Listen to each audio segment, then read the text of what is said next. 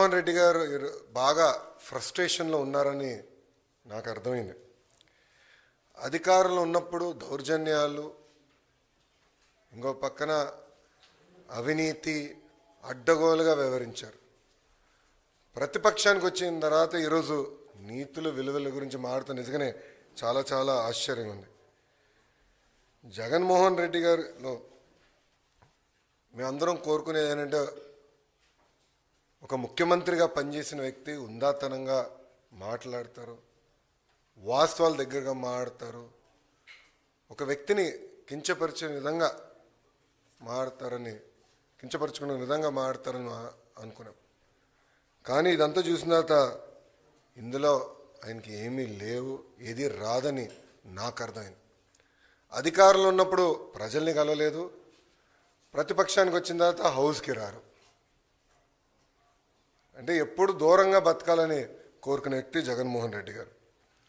ముఖ్యమంత్రి పదవి కోసం సొంత తండ్రి శవాన్ని పక్కన పెట్టుకుని ఆనాడు సంతకాలు సేకరణ చేసిన వ్యక్తి జగన్మోహన్ రెడ్డి గారు.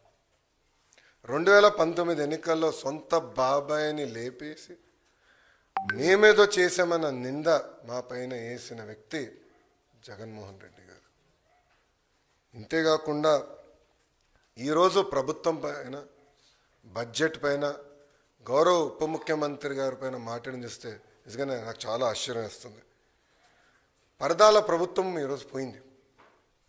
అదేవిధంగా బూతులు తిట్టే శాసనసభ్యులు కూడా పోయారు. ఎప్పుడు లేని విధంగా ప్రజల కోరిక మేరకు ప్రజలకు ఏదైతే అవసరం ఉందో అది ఈరోజు బడ్జెట్లో మేము పెట్టుకుంటాం జరిగింది. ఎన్నికల ముందల వై నాట్ 175 అని పదే పదే చెప్పిన వ్యక్తి ప్రజలు 11 స్థానాలు ఇచ్చారు. ప్రజలే మీకు ప్రతిపక్ష హోదా ఇవ్వకూడదని నిర్ణయించుకున్నారు.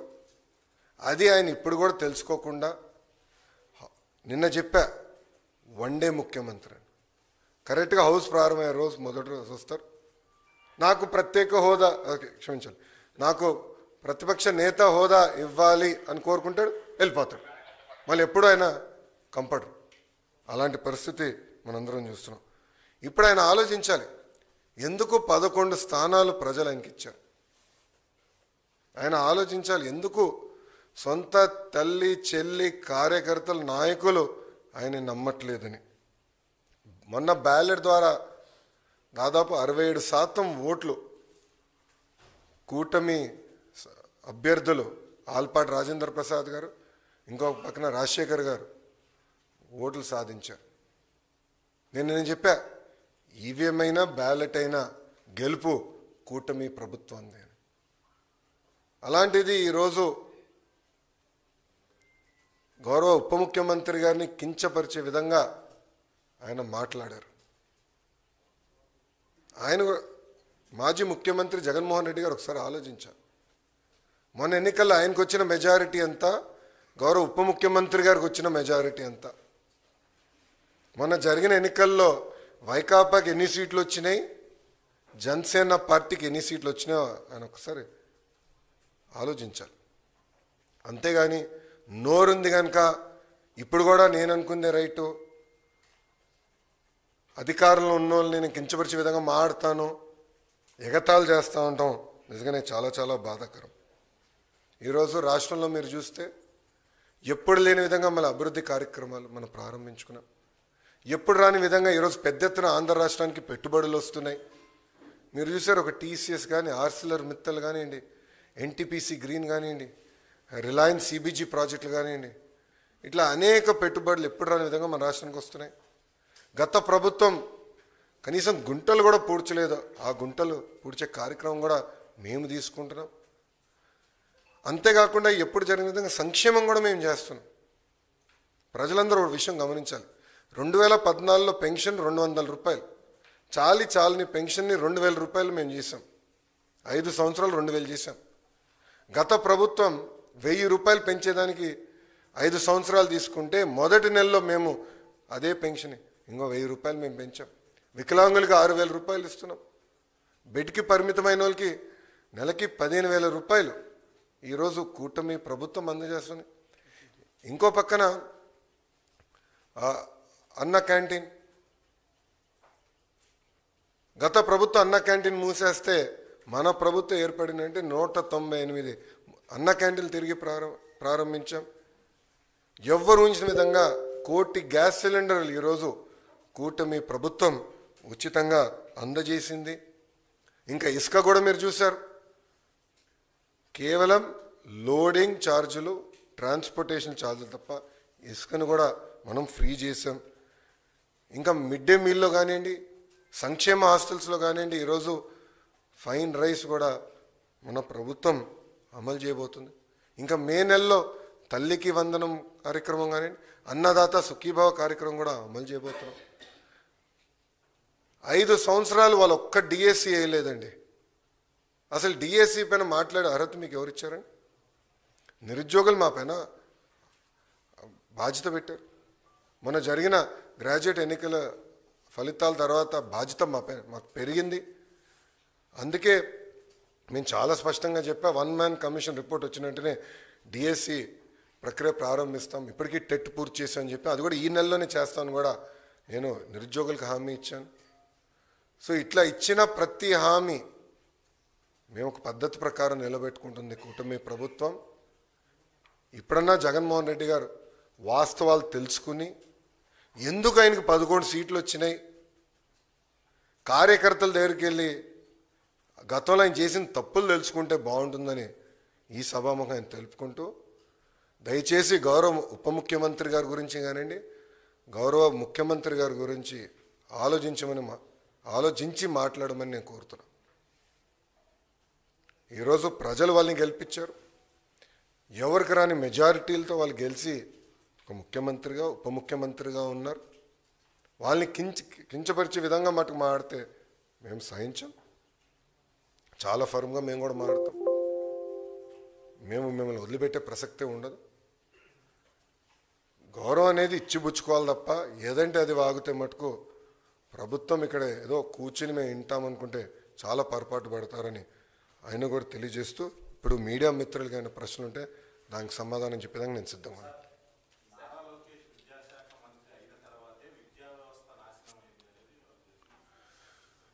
జగన్మోహన్ రెడ్డి గారు హెలికాప్టర్లో తిరిగేవాడండి. ఆయన పైన హెలికాప్టర్లో తిరుగుతుంటే కింద చెట్లు నరికిన రోజులున్నాయి. ఆయన హెలికాప్టర్లో తిరుగుతుంటే కింద ట్రాఫిక్ ఆపేసిన రోజులు కూడా ప్రజలు చూశారు. అందుకే వాస్తవాలు ఏం తెలీదు. గత ప్రభుత్వం 5 సంవత్సరాలు 12 లక్షల మంది పిల్లలు ప్రభుత్వ పాఠశాలకు దూరం అయ్యారు. ఎందుకు అయ్యారో ఆయన సమాధానం చెప్పమనండి. ఐబీ స్కూల్ ఆయన పెట్టలేదు. ఐబీ వాళ్ళ దగ్గర ఒక రిపోర్ట్ తీసుకునేదానికి 5 కోట్ల రూపాయలు ప్రభుత్వం వృధా చేసింది. టోఫెల్ ఎక్కడ సక్రమంగా అమలు చేయలేదు. సిబిఎస్ఈ స్కూల్స్ తీసుకురాలేదు. సిబిఎస్ఈ ఎగ్జామ్కి మన పిల్లలు పంపిద్దామన్నారు. నేను మాక్ టెస్ట్ పెట్టా, అంటే నేను కూడా సిబిఎస్ఈ స్టూడెంట్. మాక్ టెస్ట్ పెట్టా. అది నేను చూసిన మాక్ టెస్ట్ నిర్వహించిన తర్వాత 90% మంది పిల్లలు ఫెయిల్ అయ్యారు. అప్పుడు నేను భయపడ్డా, ఎందుకంటే పిల్లలు రెడీగా లేరు. 3 సంవత్సరాలు పోస్ట్పోన్ చేసి పిల్లలు రెడీ చేద్దాం అనే లక్ష్యంతో పనిచేశాం. సో ఇప్పుడన్నా వాస్తవాలు తెలుసుకుని ఆయన మాడితే బాగుంటుంది. అయినా ఇంత చర్చ జరగాలంటే శాసనసభకు రావచ్చు కదండి. ఎవరు రావద్దు అంటున్నారు ఆయన? ఏంటమ్మా? మీడియా మిత్రులు మీరు అందరూ ఒకటి గమనించాలి. రోడ్లపైన పోలీసుల సంఖ్య తగ్గింది. పోలీసులు పెద్ద కంపట్ల, పరదాలు లేవు. ఎవరంటే వాళ్ళు ప్రశాంతంగా రావచ్చు. ఆయన ఒక పులివెందుల ఎమ్మెల్యేగా ఆయన హక్కులు ఉన్నాయి. ఆ హక్కులను వినియోగించుకోవచ్చు, హౌస్కి రావచ్చు, ప్రజల సమస్యల గురించి అక్కడ ప్రస్తావించవచ్చు. కానీ నిన్న ఎప్పుడైతే భారీ మెజార్టీతో కూటమి గ్రాడ్యుయేట్ ఎమ్మెల్సీలు గెలిచారో ఆయన భయం పట్టుకుని బెంగళూరు నుంచి ప్రత్యేక విమానం వేసుకుని పరిగెత్తుకుంటూ వచ్చి ఈరోజు ప్రెస్ మీట్ పెట్టారు. 2 రోజులు మళ్ళీ బెంగళూరుకి వెళ్ళిపోతాడు. దాంట్లో ఎలాంటి డౌట్ వద్దు మీకు. కరెక్ట్గా 2 రోజులు ఉంటే 2 రోజుల తర్వాత బెంగళూరుకి వెళ్ళిపోతాడు. సో రమ్మని చెప్పండి, ఆయన్ని రమ్మని చెప్పండి. చట్టాన్ని ఉల్లంఘించి ప్రతిపక్ష హోదా ఇమ్మంటారు ఆయనకి? ఇప్పుడు జగన్మోహన్ రెడ్డి గారికి చట్టాన్ని ఉల్లంఘిస్తాం బాగా అలవాటు స్వామి. అందుకే అన్ని కేసులు ఉన్నాయి ఆయన పైన. ఇప్పుడు రూల్స్ ఏం చెప్తుంది? పార్లమెంట్ కానివ్వండి, అసెంబ్లీ రూల్ బుక్ చాలా స్పష్టంగా 10% ఉండాలి అని చెప్తుంది.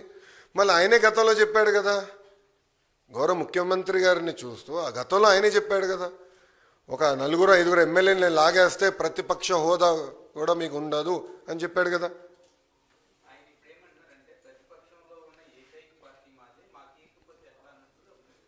రమ్మని చెప్పండి సార్. ఐ థింక్ రోల్ 11 వాళ్ళకి కేటాయించాం. రోల్ 11లో కరెక్ట్గా 11 మంది కూర్చోవచ్చు. రమ్మని చెప్పండి, చర్చిద్దాం. వాళ్ళకున్న సంఖ్య ప్రకారం, అంటే ప్రజలు నిర్ణయించిన సంఖ్య ప్రకారం టైం వస్తుంది అని మాట్లాడచ్చు. ఎవరు మాట్లాడొద్దన్నారు? ప్రతి సభ్యుడికి స్పీకర్ గారు మైక్ ఇస్తున్నారు, డిప్యూటీ స్పీకర్ గారు మైక్ ఇస్తున్నారు.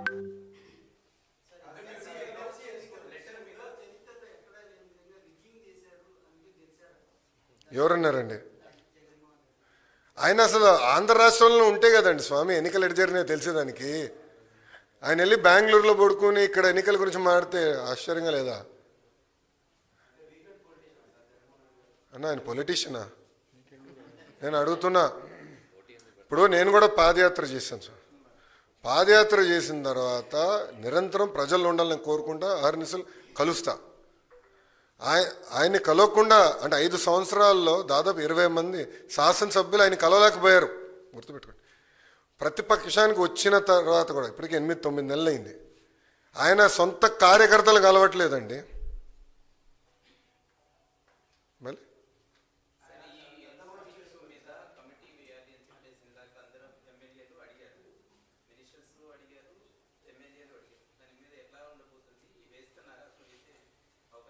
అది స్పీకర్ గారు ఇవ్వాల్సిన డైరెక్షన్.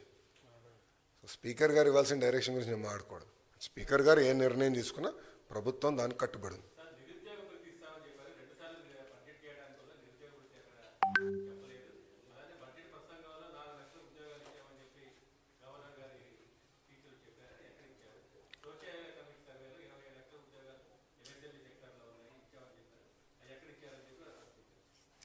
చాలా స్పష్టంగా మేము చెప్పింది, మొదటి హామీ 20 లక్షల ఉద్యోగాలు కల్పిస్తాం అనేది మన ప్రభుత్వం అధికారంలో రాకుండా ముందు ఇచ్చిన హామీ.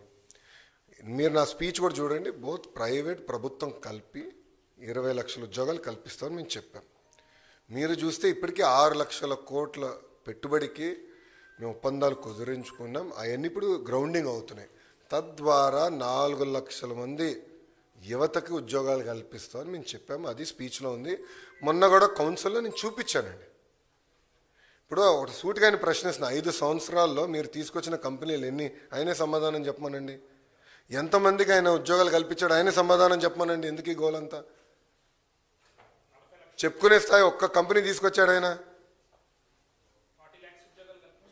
ఎక్కడ స్వామి 40 లక్షల మందికి ఉద్యోగాలు కల్పిస్తే అసలు నిరుద్యోగుల సమస్య ఎందుకుంటుంది? ఎక్కడ కల్పించాడు? ఎవరు కల్పించాడు? ఆయన బ్రేక్ డౌన్ ఇమ్మని చెప్పండి. అది చెప్పకుండా గాలికి వచ్చే లెక్కలు చెప్తే ఎట్లండి?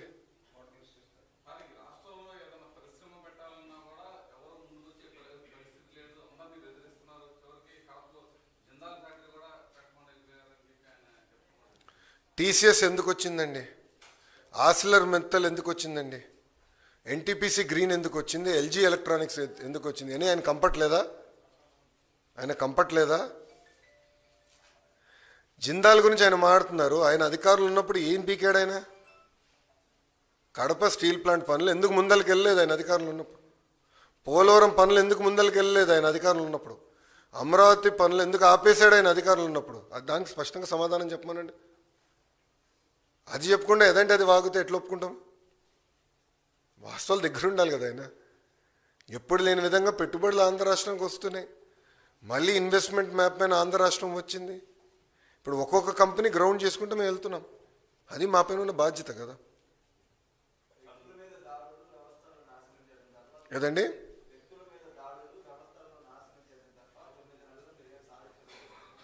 ఏ వ్యవస్థను నాశనం చేశాం మేము? సూటిగా జగన్మోహన్ రెడ్డి గారిని ప్రశ్నిస్తున్నా. ఏ వ్యక్తి పైన మేము దాడి చేశాం? జగన్మోహన్ రెడ్డి గారు ఈరోజు ఆంధ్ర రాష్ట్రంలో ఎక్కడికంటే అక్కడ తిరుగుతున్నాడు కదా. ఆయన ఇప్పుడు 2-3 సార్లు బయటకు వచ్చారు, ప్రశాంతంగా వెళ్తున్నారు కదా. ఆయన గేటుకి మేము తాడు కట్టలేదే, ఆయన వెళ్తున్న వాహనాలపైన చెప్పులు మేము వేయలేదే. ఆనాడు చంద్రబాబు నాయుడు గారు పల్నాడు ప్రాంతానికి వెళ్ళాలంటే గేట్కి తాడు కట్టారండి. అంతేకాకుండా ఏకంగా అమరావతిని సందర్శించేదానికి మేము అందరం బస్సులో వెళ్తుంటే వైకాపా కార్యకర్త చెప్పు ఆ బస్ మీద ఇసిరేశాడు. అప్పుడున్న డీజీ ఏమన్నాడండి, ప్రజాస్వామ్యంలో ఎక్స్ప్రెషన్ అంటే ఇది ఫ్రీడమ్ ఆఫ్ ఎక్స్ప్రెషన్ అంటే చూడండి ఏ స్థాయికి వెళ్ళారు. వాళ్ళు తప్పులు గతంలో చేశారు, దానికి వాళ్ళు చిక్కుంటున్నారు. దానికి మేమేం చేయగలుగుతాం? చట్టం దాని పని చేసుకుంటూ వెళ్తుంది.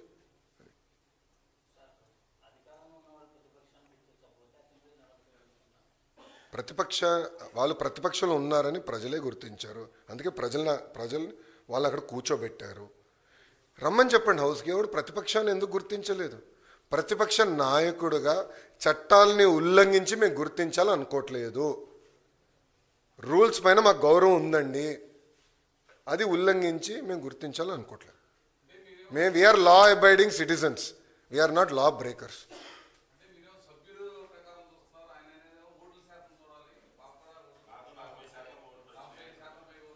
మనమా రూల్ బుక్ ఏమంటుందండి?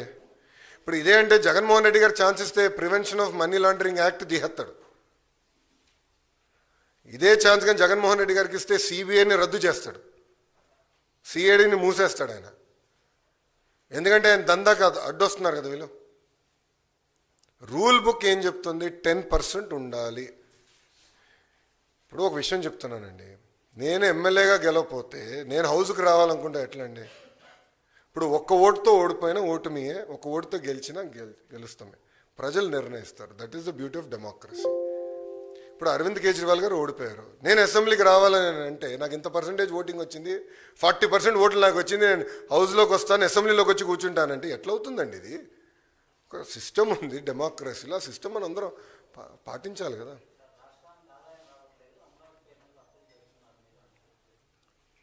రాష్ట్రానికి ఆదాయం రావట్లేదని ఆయనకి ఎవరు చెప్పారండి? ఏ కలలు కంటున్నాడు ఆయన? ఏ ఆత్మ చెప్పిందో మరి? ఎందుకంటే ఆయనకి ఆత్మలతో మాడతాం బాగా ఇష్టం స్వామి. రాత్రి ఒక ఆత్మతో మాడతాడు, పొద్దున ఒక నిర్ణయం తీసుకుంటాడు. రాష్ట్రం వాళ్ళు చేసిన విధ్వంసం వల్ల ఆదాయం పడిపోయింది. దారి తప్పిన రాష్ట్రాన్ని సరైన దారిలో మేము పెట్టాం. ఈరోజు ఆదాయం పెరుగుతుంది. 1 by 1 సెట్ చేసుకుంటా మేము వస్తున్నాం. అమరావతి వన్స్ అగైన్ నేను చెప్తున్నా, it is a self financing project. కేంద్ర ప్రభుత్వం 15,000 కోట్లు అమరావతికి నిధులు కేటాయించింది. ఆ నిధులు మేము ఖర్చు పెడుతున్నాం. దానిపైన ఉన్న ఇంట్రెస్ట్ కానీ టర్మ్ పేమెంట్ కానీ అది కేంద్ర ప్రభుత్వం చేస్తుంది. పోలవరం ప్రాజెక్ట్కి నిధులు ఈరోజు మంజూరైనవి.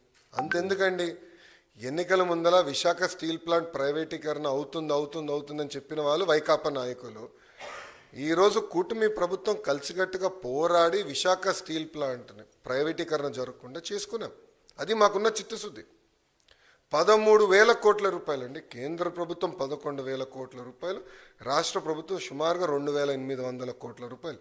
రెండు జోడించుకుని విశాఖ ఉక్కుని మేము కాపాడుకున్నాం. అది దాని గురించి మాడమనండి.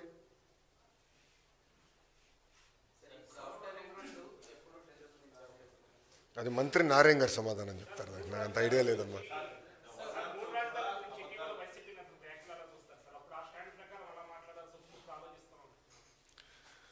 అంటే ముందర జగన్మోహన్ రెడ్డి గారికి సబ్జెక్ట్ మీద క్లారిటీ ఉంటే బాగుంటుంది కదా. మీడియా మిత్రులు వెళ్ళినప్పుడు అడగాల్సింది ఆయన స్టాండ్ ఏంటో అమరావతి పైన.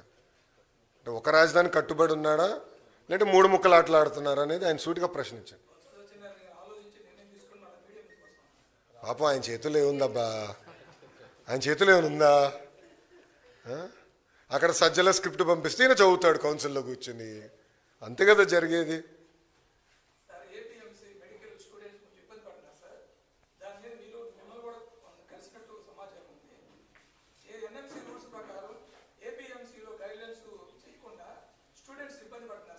No. We are following NMC rules. We are strictly following NMC rules. And పక్క రాష్ట్రాల్లో ఏదైతే ఫాలో అయ్యారో అదే ఫాలో అవుతాడు. We are not going to break rules. NMC రూల్స్లో లేదు. నో ఎన్ఎంసీలో లేదు. అది మీరు తీసుకురండి. నాకున్న అవగాహన మేరకు స్ట్రిక్ట్గా, అందుకని నేను కొంచెం సబ్జెక్ట్ చదివాను. నాకు లేదు, నాకున్న ఇన్ఫర్మేషన్ రాంగ్ అవుతే మీరు నన్ను అది డీటెయిల్స్ ఇవ్వండి. బట్ నాకున్న సమాచారం మేరకు I have checked, we are following NMC guidelines. లేదమ్మా, రాలేదని. అది ఇష్యూ అయింది, కోర్టుకి వెళ్ళింది. అది ఆ డీటెయిల్స్ ఉంది, నాకు ఐడియా ఉందమ్మా. మీరు అది కోర్టుని అడగాలి సార్. అమ్మా ఐ అండర్స్టాండ్ అమ్మా, ఇది కొత్త ఇష్యూ కాదు, ఇది నలుగుతున్న issue. But NMC guidelines నేను ఫాలో అవ్వాలి. I'm duty bound by certain guidelines. అది నేను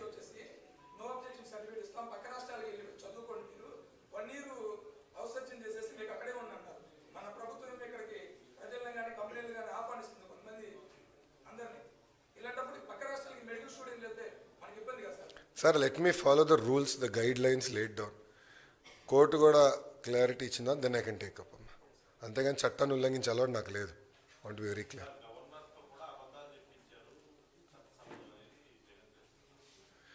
అమ్మా మీరు గమనిస్తే వాస్తవాలే గవర్నర్ గారు పలికారు, చాలా క్లారిటీగా ఉంది. స్పీచ్ పైన కూడా కౌన్సిల్లో వాళ్ళు దుష్ప్రచారం చేయాలని ప్రయత్నించినప్పుడు నేను చాలా స్పష్టంగా చదివి చెప్పాను.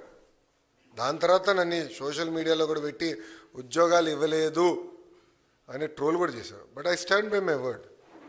అవాస్తవాలు చెప్తాం, మాకు అలవాటు లేదు. ఏముంది దాంట్లో, చాలా స్పష్టంగా ఇన్ని లక్షల కోట్ల పెట్టుబడి, దీని ద్వారా ఇన్ని లక్షల మందికి ఉద్యోగాలు వస్తాయి అని చాలా స్పష్టంగా పేర్కొన్నా. దాని మీద కట్టుబడినా.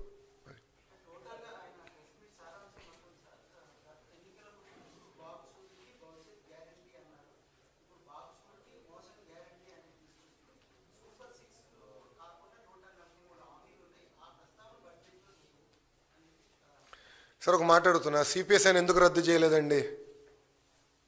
సంపూర్ణ మద్యపాన నిషేధం చేస్తా అన్నారు. సొంత బినామీలు పెట్టుకుని అడ్డగోలుగా మద్యం పైన డబ్బులు సంపాదించాడు, అవునా కదా? ఓకే, సూటిగా ప్రశ్నిస్తున్నా, సొంత బిడ్డలపైన ప్రమాణం చేయమనండి ఆయన అవినీతి చేయలేదని. మద్యంలో సొంత బిడ్డలపైన ప్రమాణం చేయమనండి, మద్యంలో నేను అవినీతి చేయలేదని. Will accept. జగన్మోహన్ రెడ్డి గారు ఛాలెంజ్ చేస్తున్నాను, ప్రమాణం చేయమనండి. అరే ఆయన హామీలు నిలబెట్టుకుని మమ్మల్ని ప్రశ్నిస్తాడు ఆయన. బస్ పెన్షన్, మేము 20 లక్షల ఉద్యోగాలు ఫస్ట్. మీరు బాబు షూరిటీ భవిష్యత్ గ్యారంటీ మీరు చూస్తే బాబు సూపర్ 6లో మొదటి హామీ 20 లక్షల ఉద్యోగాలు. చాలా స్పష్టంగా ప్రైవేట్ ప్రభుత్వ రంగంలో అని చెప్పాం. మేము ప్రైవేట్ రంగంలో పెద్ద ఎత్తున పెట్టుబడులు తీసుకొచ్చాం, ఇంకా తీసుకొస్తాం. నంబర్ 2 టెట్ నిర్వహించాం. డిఎస్సి నోటిఫికేషన్ వచ్చి గల 1 మ్యాన్ కమిటీ రిపోర్ట్ వచ్చిన తర్వాత, 1 మ్యాన్ కమిషన్ రిపోర్ట్ వచ్చిన తర్వాత దెన్ నిర్ణయం అంటే మన నోటిఫికేషన్ ఇద్దామని ప్రభుత్వం ఒక నిర్ణయం తీసుకుని, అది ఈ నెలలో వస్తుందని భావిస్తున్నాం. వచ్చిన వెంటనే ఈ నెలలో ఎట్టి పరిస్థితుల్లో నోటిఫికేషన్స్ ఇస్తాం. దాని తర్వాత జాబ్ క్యాలెండర్ కూడా ఇస్తాం. అంటే ఎలాంటి డౌట్ అవసరం లేదు, అది చేస్తాం. పెన్షన్ పెంచాం. ఉచితంగా గ్యాస్ ఇస్తా ఉన్నాం. 3 గ్యాస్ సిలిండర్లు ప్రతి ఏటా ఇస్తా ఉన్నాం, ఇచ్చాం. ఇంకో పక్కన మీరు చూస్తే మూసేసిన అన్న క్యాంటీన్లు తిరిగి ప్రారంభిస్తాను చేసి